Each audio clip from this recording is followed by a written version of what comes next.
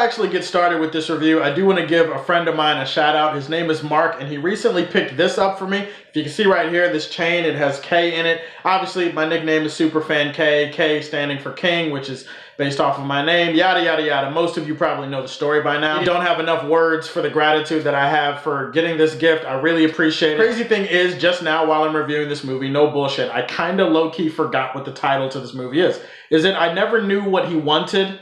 Something like that. I think that's the title. This movie is not good enough for me to actually remember its title or even remember all the talented people that were actually in this movie, but I am going to try to do a brief little synopsis. This movie is directed by Dee Rees, and it stars Anne Hathaway, Ben Affleck, Willem Dafoe, among other people. Rosie Perez is also in this movie. You may know her from Birds of Prey. This movie takes place in the 1980s, and it revolves around Ronald Reagan and his presidency, and there's some kind of investigation or something by Anne Hathaway, who is a journalist, and she's investigating some of the weapons and things that are being trafficked in South America or something. Then there's a bunch of other stuff that happens, and she comes into contact with Ben Affleck, who's some kind of mysterious political figure, and to be honest, other than South America plot and some kind of weapons deal and her father being involved in some kind of story that she unknowingly gets dragged into, I don't actually know what the plot of this movie is. Like, it's hard for me to break it down for you guys. The plot of this movie is a bag full of cats. It's a blender full of boogers. I mean, there's no other way to describe it. I suppose I can find a few things positive about this movie. It's decently shot and directed, I guess. I know that this thing was adapted from a book, and from what I've heard about the book, no, I have not read it. The book itself is very complicated, and that it would be incredibly difficult to translate that to the big screen. In which case, yeah, I totally get why this movie, even though it looks good and is shot well, is kind of unfilmable. I'll also give a shout out to Willem Dafoe. Willem Dafoe, I think, is a very underrated actor. I love him in a lot of stuff, even when he's playing these crazy roles or whatever. In this movie, he's like the one character that I had like a semblance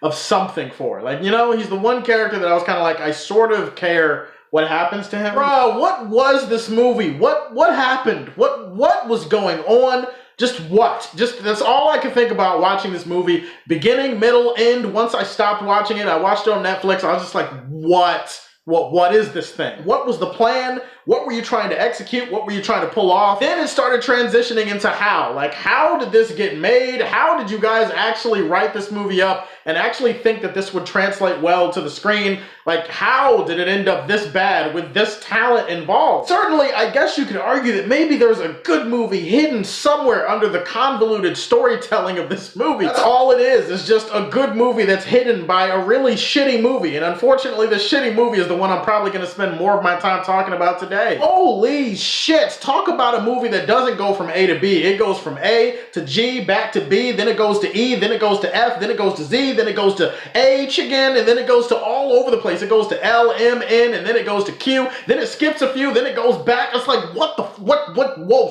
stop! Bruh, every few minutes in this movie, I felt like Scooby-Doo. Like, every few minutes, something would happen, and the story would move along, and something would happen, and I would just be like, oh. You know how confusing a movie has to be for you to start making Scooby-Doo dog noises in the middle of it because the plot is going in places that you don't understand? I'm just sitting there watching this movie on Netflix, and I'm like, Raggy, what the hell is going on? Even though that is a shitty Scooby-Doo impression, come on guys, Scooby-Doo could probably write a better movie than this. They just kind of put them in the movie and let things happen around them and then just let them react to stuff. But even half the time then, you're not even sure like what they're reacting to or why you should care. The biggest crime with this movie is that the movie never once makes you wonder why you should care about these people or why you should care about what the hell they're doing. They introduce so many little details and so many big details and so many things that are just coming and going at rapid fire through all of the scenes. So many pieces of plot that are just thrown into this thing over and over again, and you have to try to keep track of things. Like, I lost track of how many times I actually had to rewind this movie to make sure that I didn't miss something. Something would just happen and I'd just be like, wait, how did we get here? Did I miss something? Maybe I should rewind and maybe I'll just realize that I just wasn't paying attention. No, I would rewind and I would go back and watch a few minutes and I'd be like, okay, no, they just didn't explain that. This just happened and they expect me to care about it. There's no through line. There's no consistent narrative. So much random shit that starts happening, and I'm sorry to describe it that way, but that's what it is. It feels like random shit. Stuff happens and I just have like the Nick Young meme face. Like, I'm just sitting here really, really confused because I'm just like, what, how did, where, why, what,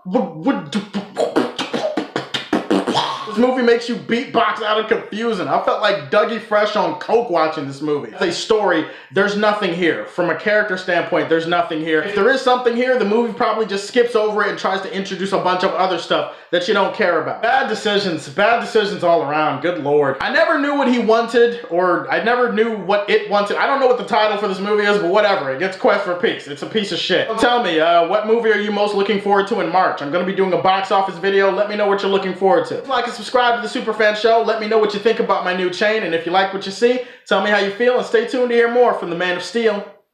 Peace.